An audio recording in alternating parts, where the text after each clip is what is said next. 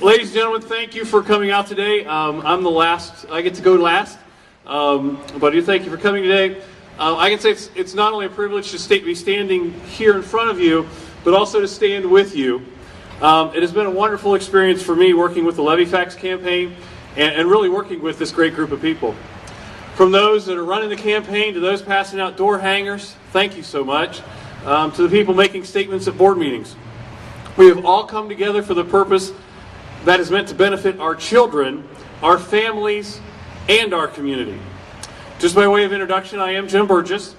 I do serve my community in many ways, community and church. To note, I do have 2 children in the Westerville School District, and I also serve as the treasurer of the LevyFax campaign, among other things. I stand here today because, like many, I do believe that the Westerville School District is being poorly managed. Don't get me wrong, I believe the quality of education in this district is good, and my children have been in classrooms of really many talented teachers. But I do believe that we have come to a point where we can clearly see that the district has been financially mismanaged, and it's time for a change.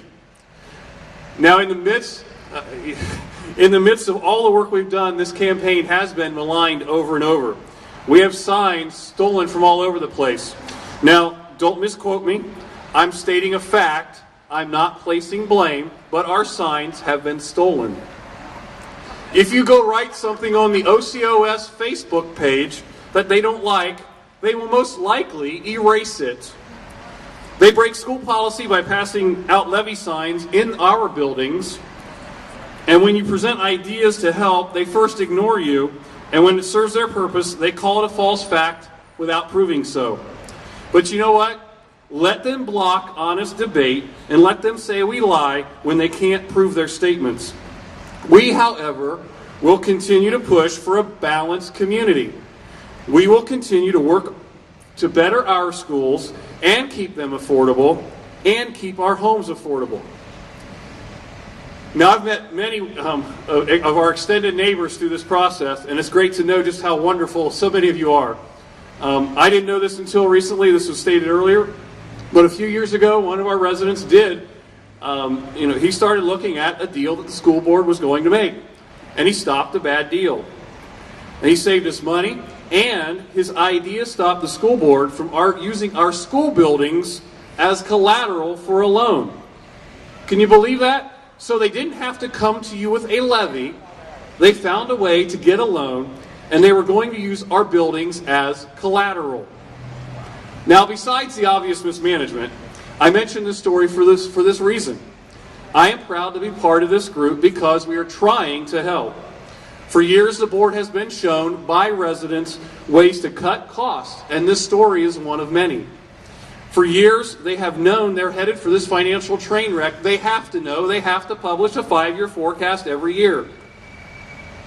And this year, as I got involved, I'm pleased to state that we didn't go to the board yelling and screaming about how bad it was. We went and again offered solution, real, millions of dollars in savings per year solutions. But what has this board done? They have ignored our latest solutions and continue to poorly spend our money, and then they try to tax their way out of their problem. All the while using misleading numbers and so-called facts saying, look how good we are. It's time for a change, and that's why Dr. French and Mr. Wilms are running for the board. And I do believe it's about time for some new board members. The ones we have don't seem to believe in being fiscally responsible. If they did, they wouldn't be taxing us every 2 to 3 years, and they will be taxing us again in 2 to 3 years. It's in their 5-year plan. And guess what? That's what they call being responsible. To me, it also seems as if a major fact keeps getting glossed over. Thank you, Carol, for mentioning it. But the fact is that this tax is a new, permanent, personal earned income tax on everyone in the district and a real estate tax increase. Figures show this increase will have a majority of residents' school taxes increasing by more than 50% in 5 years, with no end in sight. We need to defeat this levy to help our schools and our communities stay affordable. I have had many people tell me about their inability to pay more or about major drops in their personal income since 2008, we can't seriously believe it's okay to tax our neighbors out of their homes, can we? As a side note, as I was going door to door delivering the door hangers, I was amazed.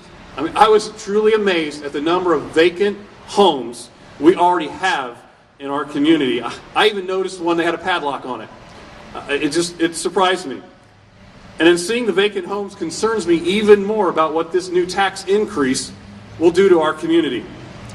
But just as important as defeating this levy, we need to continue working with the board to put a stop to their kick the can down the road attitude and solve the problem now.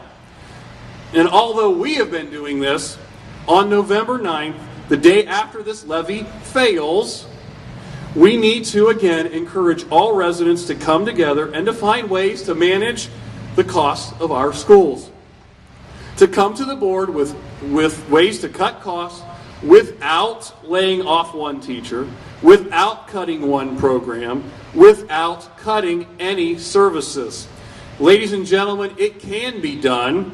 The school can be fiscally sound without one additional tax dollar. It can be. But to start, on November 8th, we need to vote no on issue 20. I think the great thing is we the people, we've shown it, we've done it, we the people, we have the ideas, we have the desire, and we have the proven background to help keep our schools great and affordable. And it starts by voting no on 20. 2-0. No. Thank you.